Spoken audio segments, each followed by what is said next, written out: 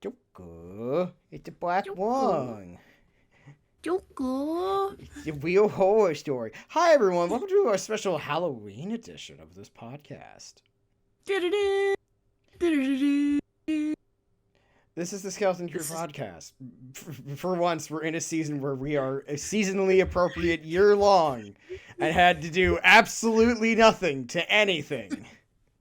We're just ourselves. No, I'm joking. I used to, historically have, special thing. I would switch, my avatar every October to something more seasonally appropriate. And, this is the first year where it's I don't need to really change anything. I'm already a skeleton. You're a Halloween decoration. Yeah, I already am, I'm already there. I want to be one of those elaborate, overpriced spirit Halloween animatronics. I mean, the only thing better than that is to be, a flat, hangs off the door, semi-translucent, glow-in-the-dark skeleton. You're right, those are the best. Everyone had one at some point, and it's always reliable. You can pull it out if need be. It's I don't want to decorate for Halloween. Get out the skeleton. Or be the giant skeleton that's been popping around here and there.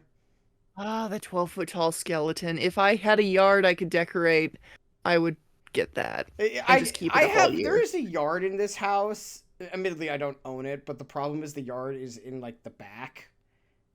And then also in turn, you can't see it. It wouldn't be worth it. No one would see it. Yeah. But if I had a front yard and I had the money, I'd be that person that keeps it up year round and just dresses it up in different outfits. Keeping it seasonally appropriate all year round.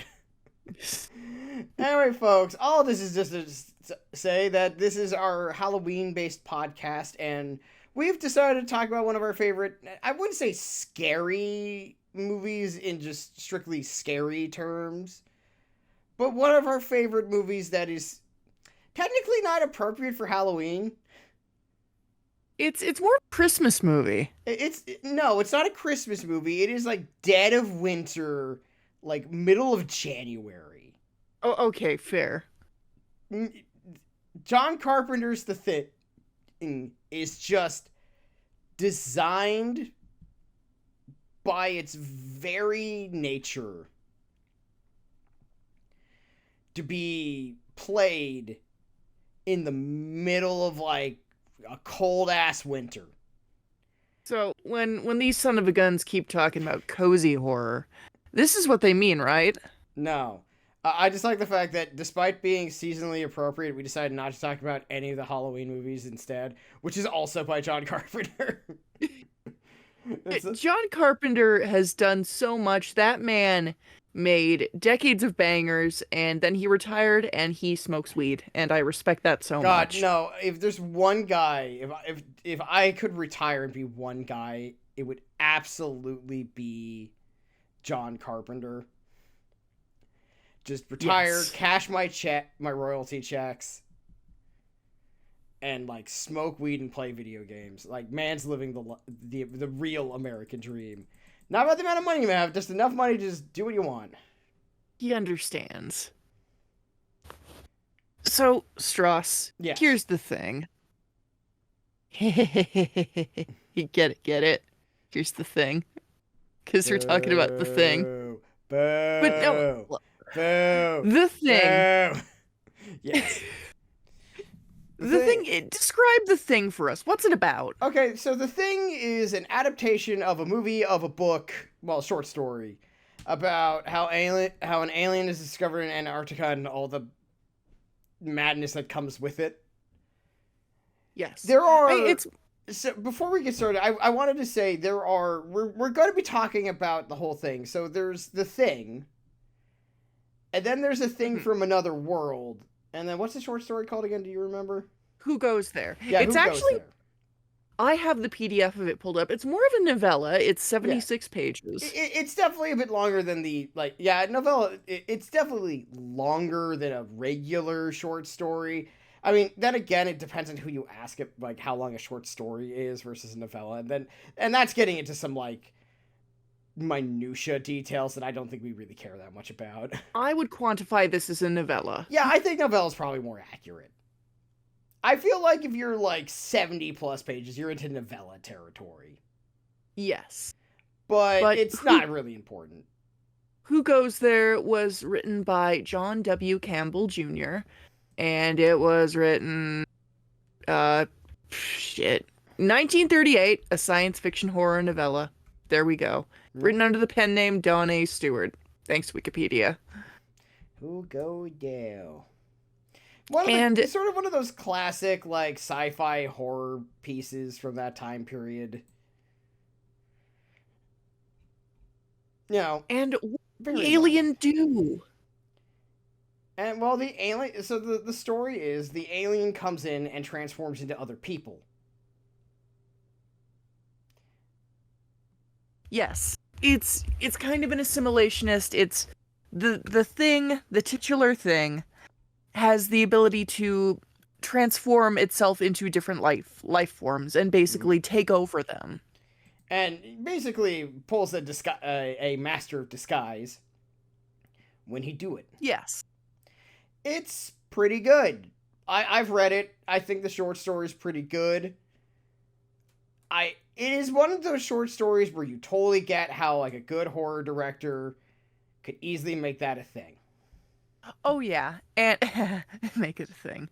But I think later on John Carpenter takes kind of the meat and potatoes of this story, and there's obviously some stuff that is very different because this was in 1938 versus in the 80s. But the essential stuff is very much there. And it's equal parts kind of the terror of being trapped with this shape-shifting alien that's slowly killing and assimilating like all of your friends, and also the claustrophobia of being stuck in an Arctic outpost with your friends and your fellow researchers. And communism, probably. And probably communism. The thing is probably communism. Probably. I'm not most likely. It's the 1930s. America was still scared of the Red Menace. Ooh. Also, as a heads up for anybody who wants to look into reading the book or watching the movie, bad stuff happens to dogs in this. Yeah. And in case that's a big deal breaker for you, bad things happen to dogs. Yeah. Now, we will say there is another movie, A Thing from Another World, which is the 50s one, which is still pretty good, but it's much more like 50s B movie than... It's more leaning into the sci-fi element. Yeah, it's less horror and more... It's also like more spooky monster. Yes. Then it also... It also has one of the coolest man on fire scenes you'll see in anything. It does. And it also has women in it, unlike any of the other things we mentioned here. This is the only thing with women in it. Which is not because... And this one, it's just funny. Well, there is the weird not prequel movie thing that they made in like 2012 or whenever. But we're not talking about that. That never happened. Yeah, we don't discuss that because it is shameful, and it's not a terrible movie in its own right, but CGI over practical effects, really. It's not even that. It's just, why make this movie?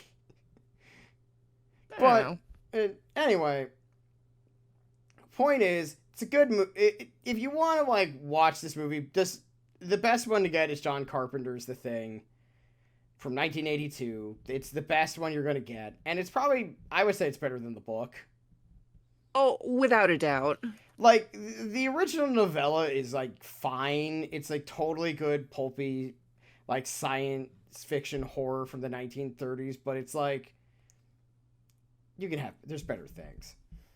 I've got the PDF of the Who Goes There pulled up. Lots of describing dudes as little. Yeah, a lot of that. Weird height thing going on here. He was a little man. He was a very little man. It's like I wrote this.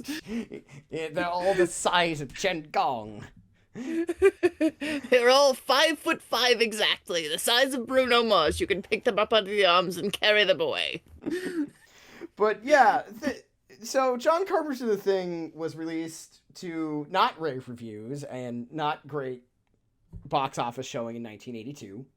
People were very rude to it. Shockingly rude to it. Like, I'm not gonna say, like, The Thing is the greatest masterpiece of all time. It's arguably not even his best movie. Definitely not his most, like, important movie. But I would I'd argue say his most important movie is Halloween. yeah, probably so. And that's not a statement I mean, on I would say The Thing is arguably his best movie, but the Halloween is kind of the important one. Halloween built a lot of the structures of the slasher film. And Halloween set a lot of precedents. Yeah. Like, Halloween's importance to a whole ass genre cannot really be understated. John Carpenter just has done a whole fucking bunch with his career. Yeah, this is one of those rare cases where, like, or if you were to ask me what like John Carpenter's five best movies are, it'd be like Halloween, The Thing, Big Trouble in Little China, Escape from New York, and They Live. You know, I can't argue with that. Yeah, I immediately just created like kind of the definitive list. I'm sorry, everyone else. Yeah, and we can get more into that, but The Thing did not release to critical acclaim. Oh, It was panned. Critically panned. Didn't do well in the box office because a much bigger, more important movie came out.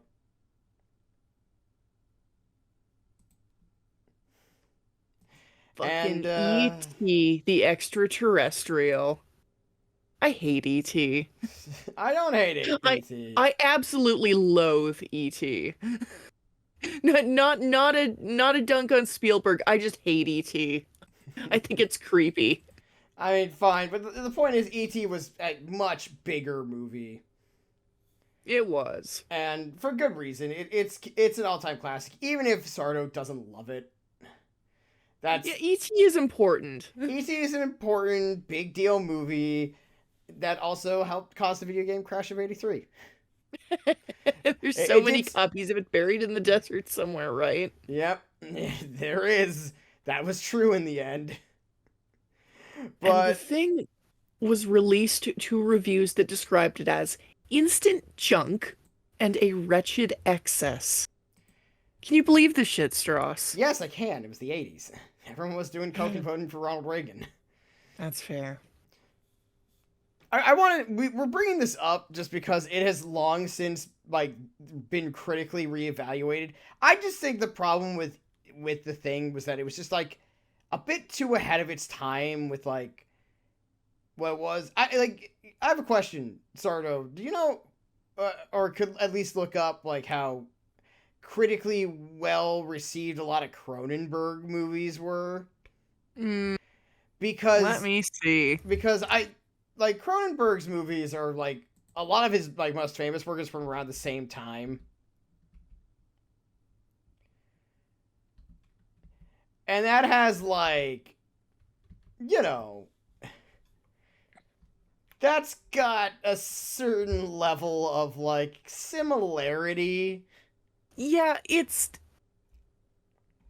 very wet cinema. It's very yucky cinema.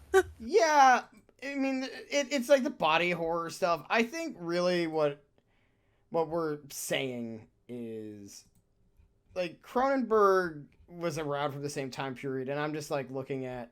I mean, he obviously had a career before that, but like, let's see, the big time for him was really like the around the same time period, like like the early '80s, and I believe like Videodrome wasn't that big of a hit.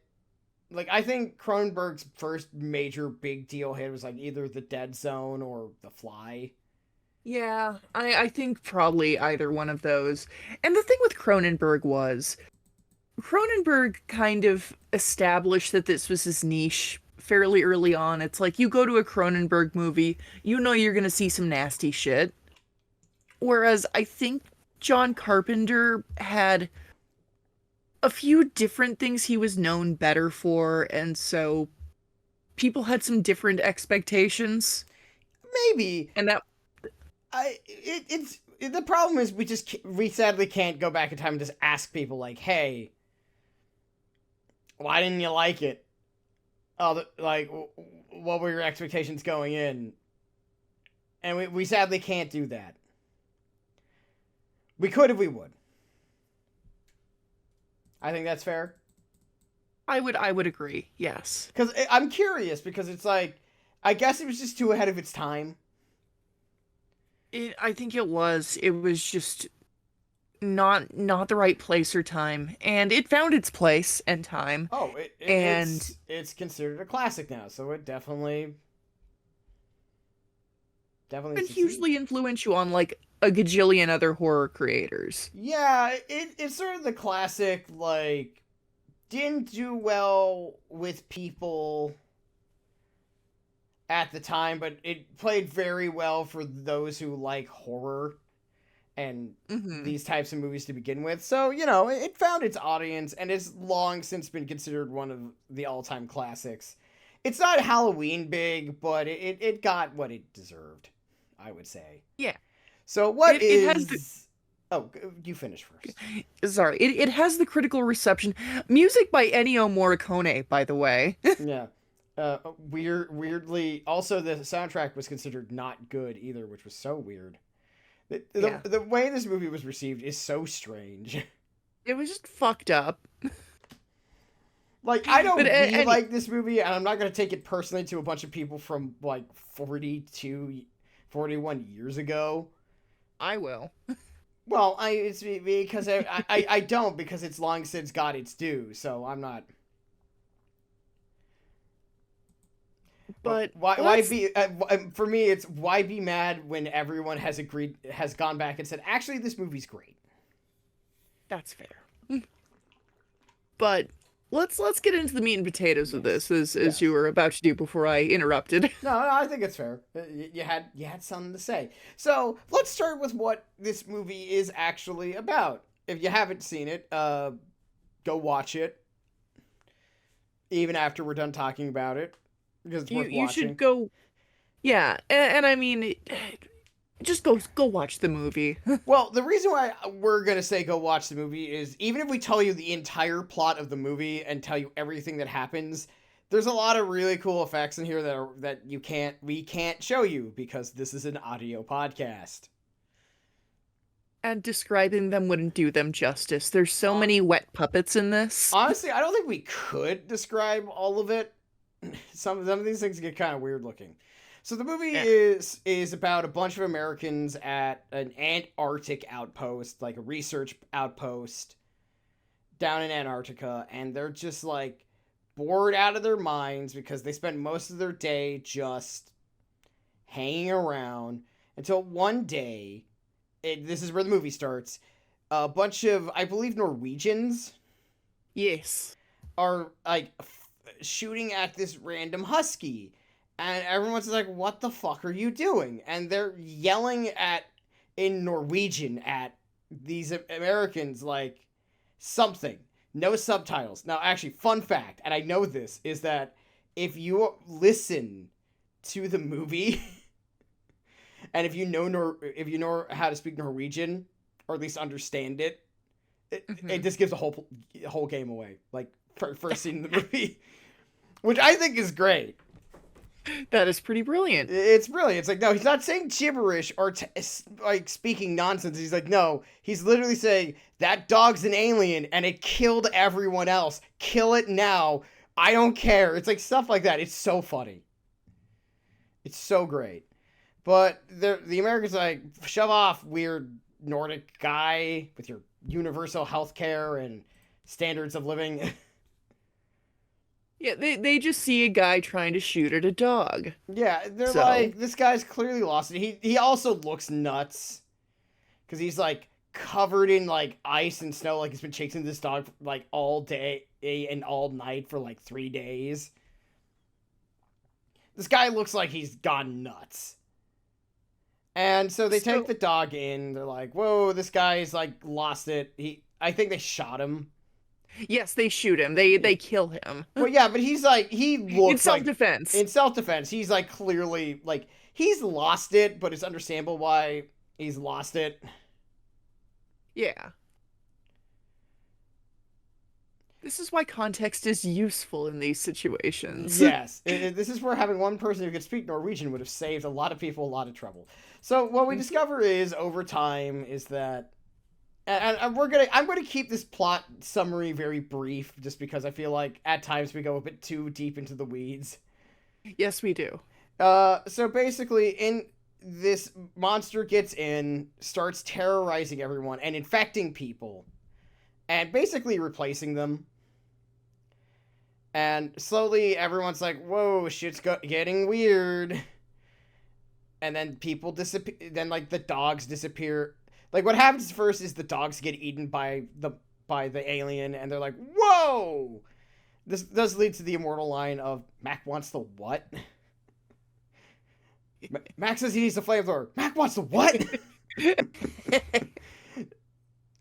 To give everyone an idea here, the key two guys on this movie, the key principal characters, are all played by different guys, but the two big ones are One Mr. R.J. McCready, played by Kurt Russell. Yeah, and the other is what's he called? His name's Childs. He's played by Keith Yeah, David. I couldn't remember his first name, but Childs played by Keith David. The problem is I know who they are by name, but not who they play. I've got the stuff pulled up. Yeah, So. and then also Wilford Brimley, who plays Blair, and there's a whole bunch of other guys. It's mostly character actors. Wilford Brimley here, who is at turns really unsettling and very funny. Oh yeah. But basically what we learn is that the alien escapes and they're like, "Oh my god, where's this fucking alien?" And then they learn like the alien could be anyone, and basically the whole movie's about paranoia.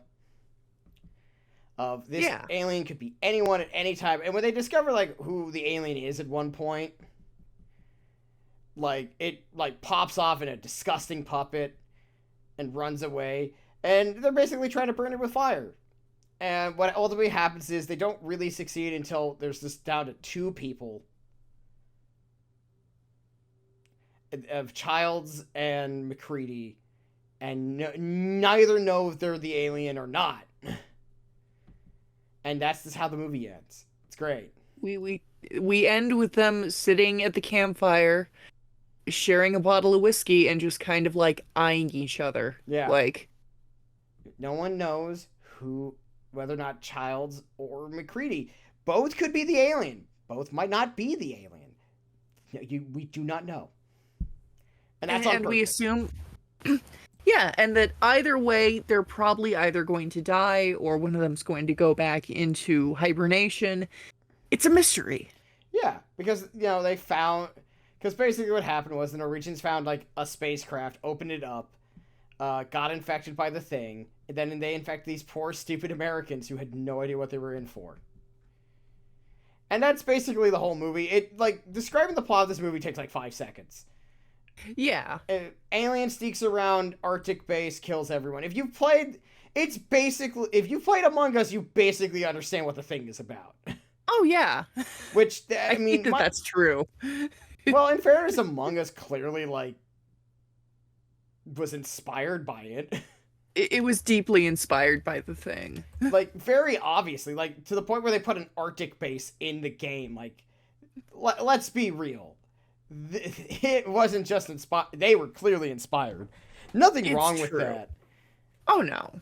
It's like they wear their whole thing on their sleeves. I gotta give credit where credit's due. But with that out of the way, Stross, what do you think? Like, what does this movie do well? What makes it effective? Well, I would say the first thing that this movie does extremely well, it just is making everyone feel isolated. Mm-hmm. Like this is a movie where every single time every shot feels like you're in the middle of fucking nowhere. There's no help coming. And that's where the paranoia slips in. It's like you're alone with these motherfuckers. You know? And a funny thing about that is a piece of trivia I love is that John Carpenter actually paid the cast like for several weeks to just hang out with each other on set and just like hang out, spend time together, and kind of like develop that rapport. And I think that really works to the movie's favor. My other favorite bit of trivia is that they absolutely filmed in a very refrigerated, cold ass set. Yes. To like really drive the point home. But basically, what makes the movie work, in my opinion, is that John Carpenter like got the vibe. He understood how to make it eerie, but not simply scary. Because this isn't like, oh, I'm being chased by a monster, or oh, a monster is here. It's like anyone in this room could be a monster, and we don't really have like foolproof ways to do this. It could be anyone. There's the one bit where they have to do a blood test on everybody because one of the things that the thing is vulnerable against is fire and heat. So they test the blood with a heated piece of wire, and it's going around with everybody, and just the tension in that scene is so thick. Well, because like everyone's blood like either just sizzles normally, and then when it finally does, like they get a hit, it is like, ah! And then the thing attacks, and then they set them on fire. And the other thing is, we don't know there's more than one of these things either. Yeah, we're not sure. Like, the big key to how this works, in my opinion, is that at no point is like the thing explained. No. Like, one of the smartest moves this movie does, it doesn't try to explain what the thing is, or what it does, or where it goes. It's just you know nothing. That's where the scary comes in. Yeah, there's no backstory drop. We know one thing that it's weak to, and sort of what it does, and that's it. Yeah. We understand that this thing is weak to fire, and that's about it. And we only know that by accident because we used a flamethrower on it and it worked. That's it. Like, all we know is it can go into hibernation in the deep cold, and it can be set on fire. That's about it. And it can transform into other things. Like, and it's really good about never dropping the, oh, these people are safe. They're not infected yet. Other than the blood test scene, you're never really sure. Yeah.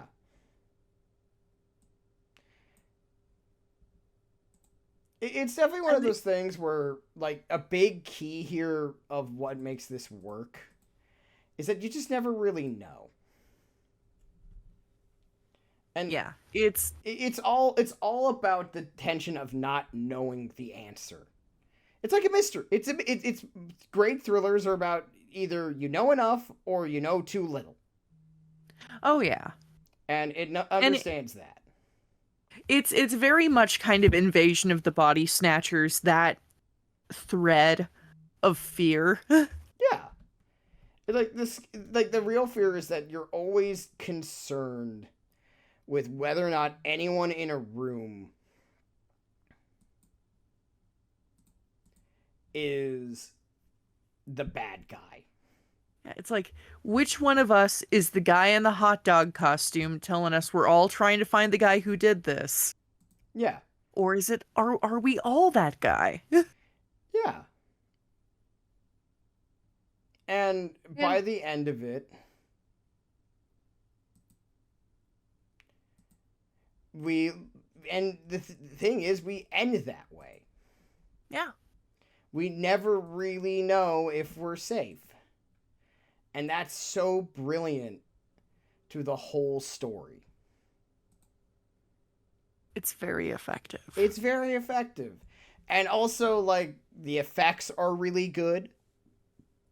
Oh yeah. We need to talk about the effects. The practical puppetry used for this film is fantastic.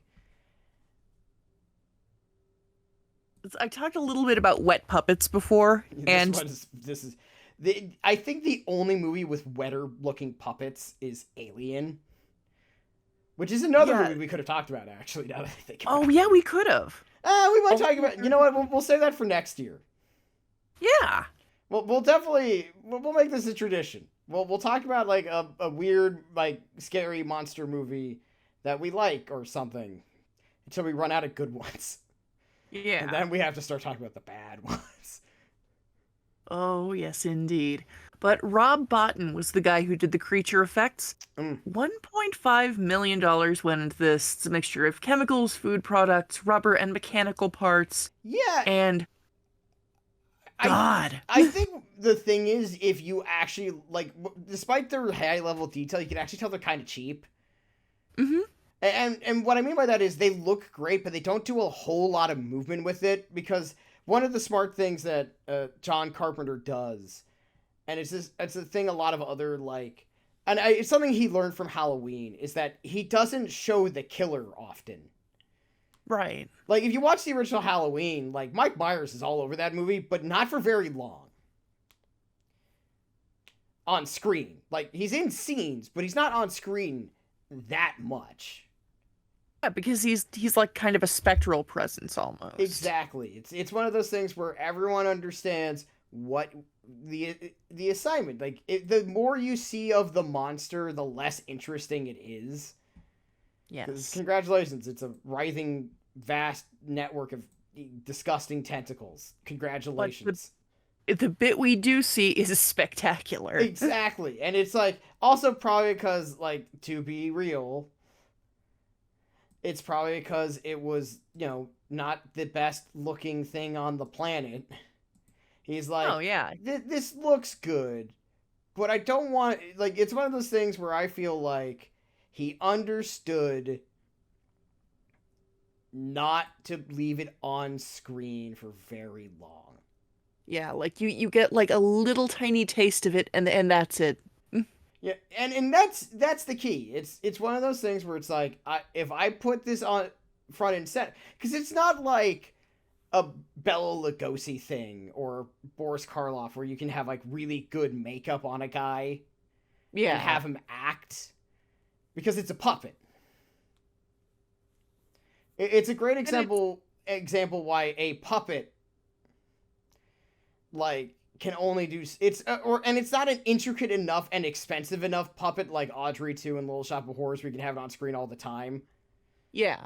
It's only on as long as the screen as it needs to be, and it's knowing that economics of your stuff. But I think the monster work in the thing is one of those bits of particularly 80s horror films that I wish we would go back to as a society, in just Yeah. that everything looked slimy and greasy and nasty. It's one of those examples of like one of the things about like early blockbuster cinema where it's like things hadn't gotten so computer generated and where things were like a craft that's still really good. Yeah. And that's not to say that like those things are bad or that like CGI is bad. It's just there's that thing of where it's like it's just hard to simulate something looking like kind of like wet and mucously that you just can't really get back. It's just, and CGI definitely is its own art form and has its Yeah. own place, but I don't know. I just love some wet puppets. That's Yeah. something I enjoy. It's also just, I think what makes what you're really asking for is not so much like a practical effects thing as much as it's just like there's just something charming about someone who spent time crafting it in hand and all being in camera and perfectly lit and like just perfectly put together. Precisely. You know, it's like looking at a good painting. And I think a thing that helps this really work is the fact that the human cast in this is magnificent. Because we talked about them, and there's some like very skilled actors in that roster, and they they make it work so well. Like I feel like the performance is really understated in a wonderful way. Yeah, well, like no one is acting. It's sort of have you, I have a question for you. Yes. Have you ever like heard the like recordings of the Apollo 13 shit going wrong from like Yes. Houston and how like incredibly Yeah. calm everyone is? It's Yes. the movie version of that. That is a great comparison. Because like these men are all professionals. Like obviously they're dealing with an extraordinary situation, Mhm. but like everyone here is doing exactly what you're supposed to do. Like no one here is being like unprofessional beyond like getting short with each other or dealing with an alien, which there's nothing in the protocol book for that. That's not in your manual. And there tends to be kind of this cliche criticism of horror films where it's like, well, all the cast is acting stupid, so of course they're going to die. Nobody's really acting stupid here. Yeah, I like I think I mean that's a good point. That's something like even slasher, especially like the '80s slasher films as they went on, where like everyone's just kind of being dumb. mhm.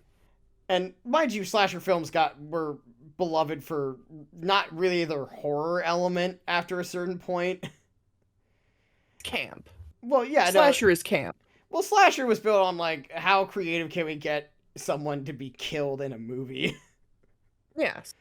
Whereas but it's like sometimes you watch a horror movie and it's like just go left. It's Come like on. it's like the criticism of Prometheus where everyone's running away from the thing collapsing. It's like just start going in diagonal and you'll eventually get out of the way. It's like it's But rolling towards you. You have all this ability to just go a different direction after a certain I point.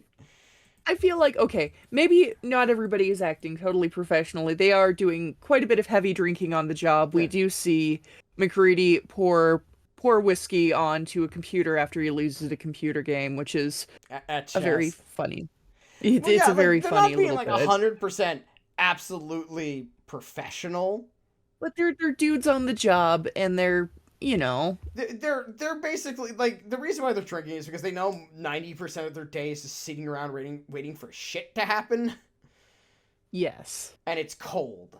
It's cold, and they're surrounded by only other like 40-year-old looking men who like no one in this. The only two people in this movie who could be described as like conventionally attractive is McCready and Childs, and that's it. Arguing. I would say Knowles is actually pretty attractive too. He's the one played by T.K. Carter. He's the guy on rollerblades. Oh yeah, I totally forgot. I'd say he's pretty good, I but forgot about the rollerblades, but it's just like the point is, oh yeah, oh yeah, him, yeah, absolutely. He's the twink here. He's the solo twink. yes, He's the only guy under the age of 30 in this movie. he's the designated twink. He's the one guy under the age of 30 in this whole movie. Everyone Yeah. else, like Norris or Dr. Copper, like everyone here looks like a scientist who actually exists. It's a bunch of old farts sitting around in a cramped little living space, waiting for something to happen. waiting for like the results to come in of whatever the fuck they're testing. And that's sort of why like things happen the way they do. Is because like yeah, everyone's bored out of their mind. You know, you're waiting at a research station for shit to happen. And that's what makes it work.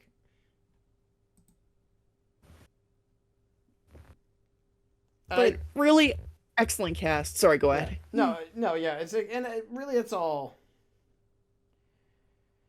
It's just that's what you need. And I want to give a special shout out to Kurt Russell and his beautiful hair and beard in this. Oh yeah, no, I've had that haircut more than once in the past like 5 years. That is like peak Kurt Russell, just great hair, great facial hair. He looks good. Yep. But yeah, when we say that like everyone here looks like a scientist, we mean it. Like outside of Knowles, who's like the only person here who doesn't look like they've been here that long.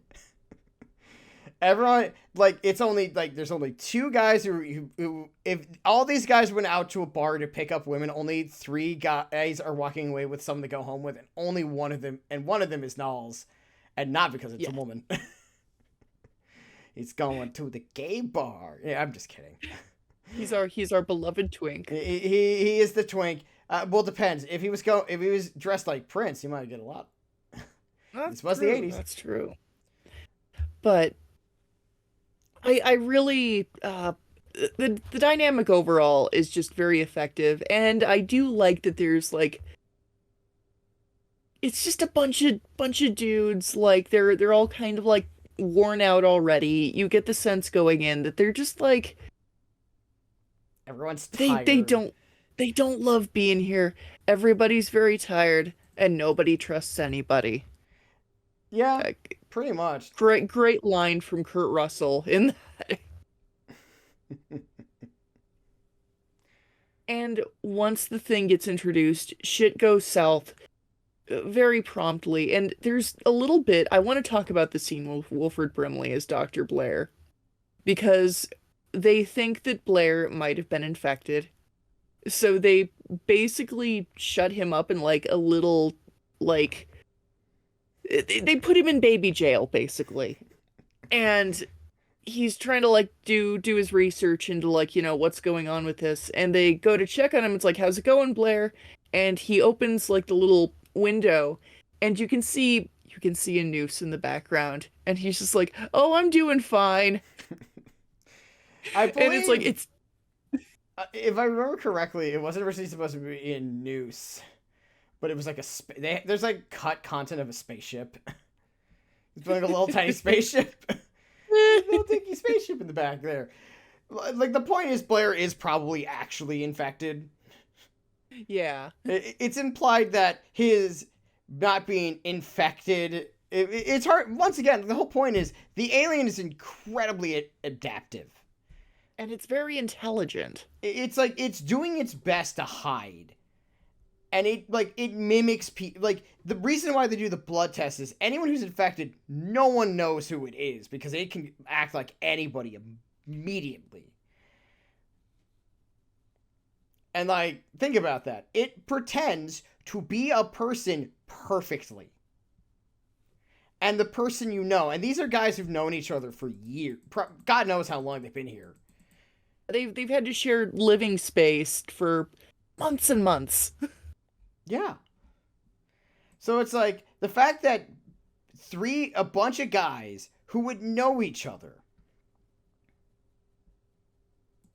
can't tell the difference between them and like a space alien that doesn't know them. Terrifying. And the way that we see kind of these friendships and working relationships quickly build these fissures and just erode and explode in a couple of cases. It's so well done. Yeah, it's just a really good movie from start to finish. It's one of those rare movies where, like, there's not a whole lot I would really change about it, other than maybe, like, I don't know, maybe, like, a few more dollars to the monster budget so we can maybe get, like, one more puppet. Yeah, But I just because I want to see what they would have done with it. I would like at least one more scene of Null's rollerblading. That too. Like, just a classic, like, and I want to make it really clear. It's like when we say, like, these are,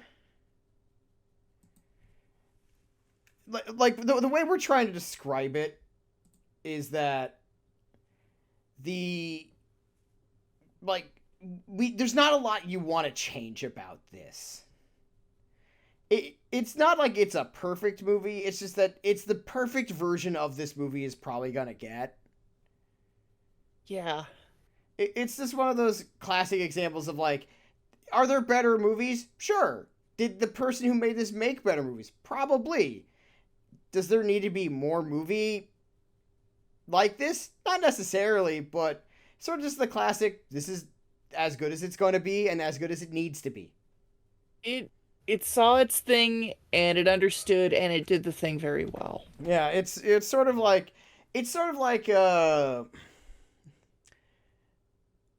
yeah, it's like Mad Max Fury Road, or like The Raid, or I'm trying to think of something that isn't an action movie that fits here. It's a genre movie that understands what it is, what it needs to be, and doesn't pretend to be anything it's not. Yeah, I would agree. And it's kind of this is just for me personally.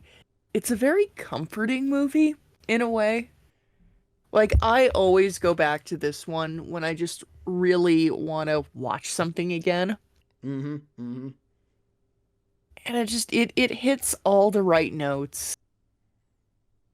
And it Yeah. has some of the best dog acting I've ever seen too. Yeah. The dog that becomes infected by the thing, Dad who Husky. apparently was Dad Husky, yo. eh, so I've never seen a dog do so well at playing being unsettling. Which The is dog, by the way, the dog thing is played by Jed. yes, Jed, who apparently wasn't actually a very good boy. No. Jed lived a long time, actually. He died like 17, 18. Good on Jed. Yeah. He was in the White Fang movies. Yeah, 1997 to 1995. Yeah, and he had quite the career. Mm-hmm. He was a good boy. Maybe not always the best behaved boy, but a good boy. Yeah, well, he was a fantastic actor. We always loved him. Yes. By Master the way, also left. one of the fun things about this movie, if you ever like get your hands on the DVD, is listen to the commentary with Kurt Russell and John Carpenter, because they're just filled with Wilford Brimley stories. So many. They just keep going. Entire movie is the story after story of, like, everyone on the cast. Like, everyone has stories, and they're all just and they're all so super complimentary of, like, Wilford Brimley, who was like one of the senior actors on the film. Uh, Obviously, like, Keith David doesn't need a lot of love, but Wilford Brimley got a lot of love in this movie. It's just like constantly everyone was talking about, like, oh man, he was great. Total Yeah. professional, very fun to be around. Just a pleasure to have in class. Just classic, excellent film. Whole movie was basically like that. And he was also a singer, apparently. Yeah. I mean, you look at him and you know exactly what kind of music he played. Oh yeah. No wait, Keith David was a singer. Well, Is a singer. well, yeah. In fairness, Brimley was also a singer. Yes. Apparently, he was in jazz band. But yeah, I think really, if I have any closing thoughts on this film, is that it's one of those rare examples of just a movie that's from top to bottom just perfectly crafted. It's exquisite. It's like a good stew. Like all the flavor notes, the ingredients and the spices complement each other beautifully. It is cooked for exactly as long as it needs to be. And it's comforting in an odd way. Yeah, It really is. it's just kind of one of those movies where it's just like, are there better movies? Absolutely. I could probably name 50 movies that I would rank above this movie with no problem. But that's not the point. It does exactly what it needs to do. I'm a fan. I'm actually right now as we record this, I'm wearing my The Thing pajama pants. I'm definitely not wearing anything material. It's just, I have some The Thing memorabilia, but I'm good movie. wearing a New Japan Pro Wrestling T-shirt actually, so I'm definitely not. Very cool. Oh yeah, no, it's actually a very nice shirt. But yeah, I would say if you want a movie for the next like 4 months to watch when it gets cold, that's kind of spoopy and Yeah. gonna. I like because there's like movies that might give you nightmares. I don't know if this one's gonna give you nightmares. Say it's okay. I don't think it's a scary movie. It's in the horror genre. I don't know It's a if it's tension based scary. movie because the whole thing is the Yes. tension and the paranoia, which is not really necessarily scary. It freaks you out though. It depends on what you consider scary. I don't consider it scary, but that's I just don't because I'm really either, but that's kind of just neither here nor there. yeah. But good movie, gets you some Kurt Russell, gets you some Keith David. Yeah. Settle down with a blanket and your 5 or 6 roommates who you have to share space with and trust very much and know so well, right? Yeah, absolutely. So yeah, go ahead and watch it. It's wherever it's streaming. I don't know. Let me take a look. See. Wherever fine foods are sold. I don't think you're gonna buy a movie from the 1980s. Like I don't think a movie from the 1980s is sold in a grocery store, Sardo.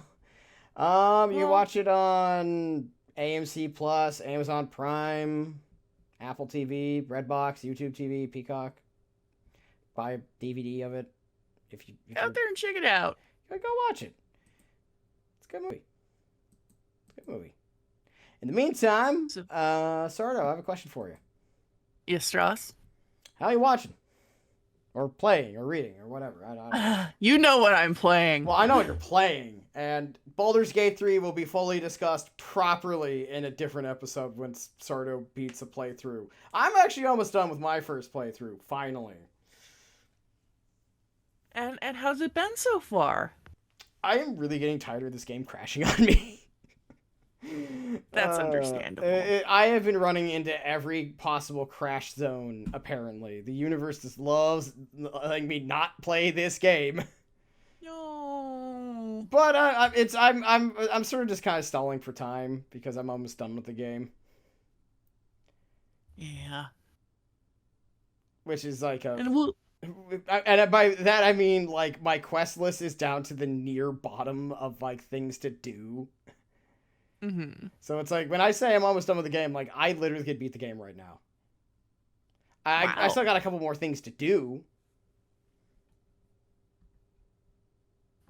But not much, I would imagine. No, like I have like one more character quest left. And then it's like a bunch of small things and like 3 things that are all basically attached to the same thing. It's just a decision made. That's where I'm at. I know you're still in the early game, so I am. I'm still in Act 1. it's gonna be a while before the Baldur's Gate 3 episode, but we promise it's coming. Anything else you've been partaking in? Golly, I've actually been reading back through the old Lupin the Third manga, I picked up like a Monkey Punch. The late Monkey yeah, Punch. like a greatest hits collection way back, and it's like, oh, I have this, and so I've been reading that, and I really enjoy it. Monkey Punch is one of those art styles that really makes me want to draw. You know what's funny? One of the other artists I follow on Twitter was talking about that. Hmm. Like, there's some artists who are really good, and some artists who just make you want to draw. It's inspiring. Yeah, exactly. For them, it was Ichiro Oda for One Piece, but Ah, it's the same. yes. It's the same principle. Oh yeah, totally. Totally, just like the same concept of this is just something where people like it's definitely a very much an artist thing Hmm. because like I have that with certain like directors where it's like I watch a movie and that like I know for me I'm gonna be seeing Killers of the Flower Moon at some point in the near future. Oh, I gotta hear how that is. I everything I've heard about it is that it's fantastic and I'm not shocked by that. I just haven't got a chance to see it yet. Yeah. I'd say this weekend now that I know like I'm gonna see if I don't think C wants to see it with me. It's hey, you want to see a 1920s period drama about horrible things happening to minority groups in America for 3.5 hours? Sounds like a See, party. if I said that to you, you would say yes. I'd be down. You would be I, down. Me on the most other people would not be. I just want to make sure I got an extra large tub of popcorn though, because I Well, mean well, yeah, of course. Come on, but who do you think I am? popcorn. Who do you think I am? But I you'll have to let me know how that is. I've heard it's very good and very, I mean, I've read the book. It's it's it's heavy stuff, but Oh yeah.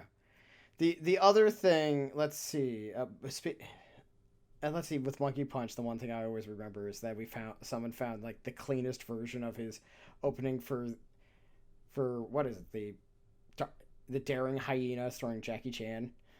I remember you sharing that with me. Yeah, that's it was done by Monkey Punch. It's like damn, it really is done by him. It's very fascinating.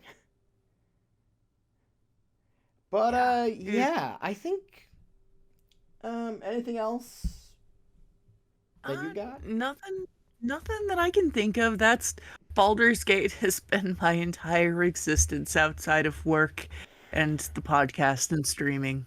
Yeah. So, Yeah, I get that. It definitely is all consuming after a certain point.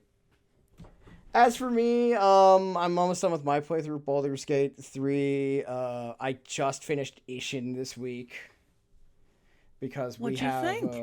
I thought it was pretty good. Like a Dragon Ishin was good. It's a bit weird in like a way that only RGG Studios can make a game about a historical time period weird. But fun. I liked it. The problem was that I had with it was that I like stopped playing it to play other games, and a lot of that's been happening this year for me. Yeah. Anything else that I've been doing? I still have to finish up Final Fantasy 16. I'm like so close to done with it. I'm halfway through that. I was so close to done with Ishin though. That was just so. I was like 2 chapters away, Sardo. I was like right there. You were. I was right there. But luckily, I finished that. I'm gonna have to finish Final Fantasy 16 at some point. God, and I have 2 games coming out next month too. We have The Man Who Erased His Name, Oh, yeah. and then we have fucking what's it called? Uh, I have Tactica coming out, but that one's more like that's for the stream, so I'm not really worried about that one. I'm almost done with Like a Dragon for the stream actually. You are. It- It's It's been very it's been very fun to have you there for that one. it's been a lot of fun. I've really enjoyed it. This is I mean, I always look forward to the streams, but this is something I do look forward to every week. Yeah. It helps because it's a game we both played, both loved, and it still do. And really playing it again has really just reaffirmed that, like, yeah, actually this game's really good, except for the one part where it forces you to grind for like 4 hours. Yep. We're gonna have like a proper episode on Like a Dragon coming soonish. Probably within the next couple of months, as we get closer to Infinite Wealth's release. Just because it's like, this is us like looking back on, it'd be like a look back, like, oh hey, this is what Like a Dragon was like. Like how Like a Dragon was like is certainly a sentence that I said. Oh. But like it's something that we want to look at and be like, okay, this is what it was like, this is how it played, this is what we liked about it, this is what we were like, this could be improved. Because there's definitely some stuff like that absolutely could use some deep improvements. Oh yeah. Like the job system being basically just ignorable for most characters. Which is a shame. It's like I hope, like we said in the episode of the look ahead, we really hope that the job system gets revamped. Yeah, it's growing pains. Yeah, growing pains is a good way to describe it. But one thing I have forgot is like, wow, this game is a lot shorter than you think it is. It goes by quickly. No, like one of the things I when I was playing it earlier today that I found so funny, and you'll agree with me, because we're recording this surprisingly on a Tuesday for once, which is one of my streaming days. I just remember I was looking at like the job tree, and like it goes up to 99. I don't think the game is even close to long. You know what it reminded me of? Have you ever played Fire Emblem Three Houses? Oh yeah. Future episode potentially there. Do we dare? Do we? Probably. Maybe. Who knows? But I just remember I just remember like the level cap in Three Houses is like 99. Yeah. And it's like, how? How do you get someone up to level 99? I played this game multiple times. I don't think that's even plausible. Like that more than this one, but also it's one of those classic things where it's just like, how do you make this work?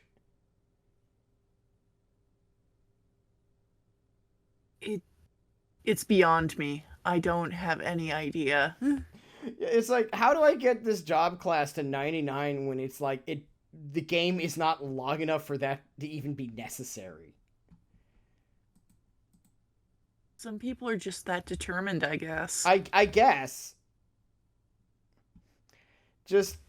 It's just wild. It's absurd. Just absolutely absurd. Let's see, anything else? Well, I think that's about it. Yeah. We haven't been doing much. We're mostly just playing. Baldur's Gate 3 has been devouring Sardo's poor limited lifespan. I finally got it, and now it's all I want to do. No, it's like, I forgot that we were already friends on PSN. So there I am, like, doing whatever the fuck I was doing, and then I'm like, oh, who's playing Baldur's... Oh, right, that's Sardo. There he is, playing his games. I have become one of the boys from Team Girl Squad. I miss video games. I miss my mom. I miss video games. Yeah, no, but we'll definitely have a Baldur's Gate 3 episode. We'll have a Like a Dragon episode, a proper one that's about Like a Dragon proper. Yes. I mean, we might do that sooner rather than later. I don't know. It's just, on one hand, I kind of want to be more topical. I'm trying to be slightly more topical and in season, but who knows? Burn that bridge when we get to it. Yeah, we'll burn that bridge because I am about to beat it. So like that's when it's freshest on our mind. Oh well, we'll figure it out. Either way, folks, thank you all for listening in. This was episode 38. Third. Episode 38. Ding, ding, ding, ding, ding, ding, ding, ding, ding. And let's get at the socials. So you can find Sardo at Autopsy Garlands. Marky Belial on Twitter for the art account. Uncle Death on Blue Sky, and you stream Mondays at 8:30 p.m. Eastern Standard Time, 6:30 p.m. Mountain Time at Uncle Death on twitch.tv. That is correct. You can come on and get yourself a request. I will draw you almost anything you want. Not horses. Horses are not allowed. Never horses. Not horses. Horses are of the devil, according to Sardo. But yeah, that would be tonight because these release on a Monday. Because we're Solomon Grundy. Born on a Monday. Born on a Monday. And you can follow me at Almighty Stross on Twitter, Blue Sky. I stream at Almighty Stross on twitch.tv every Tuesday, Thursday, Sunday at 8:30 p.m. Eastern Standard Time. Same time as Sardo does on Mondays. I'm surprised we just don't congeal that into one thing. I'm shocked. I guess it's just because we know for a fact that technically speaking, it's different.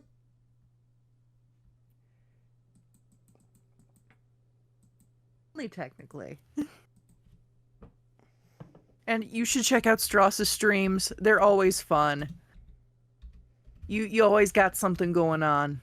So, check it out. Be there or be square. And yeah. So I thanks for listening, folks. Yeah, thanks for listening. And have a good one. Yeah, have a good one. Goodbye. Bye.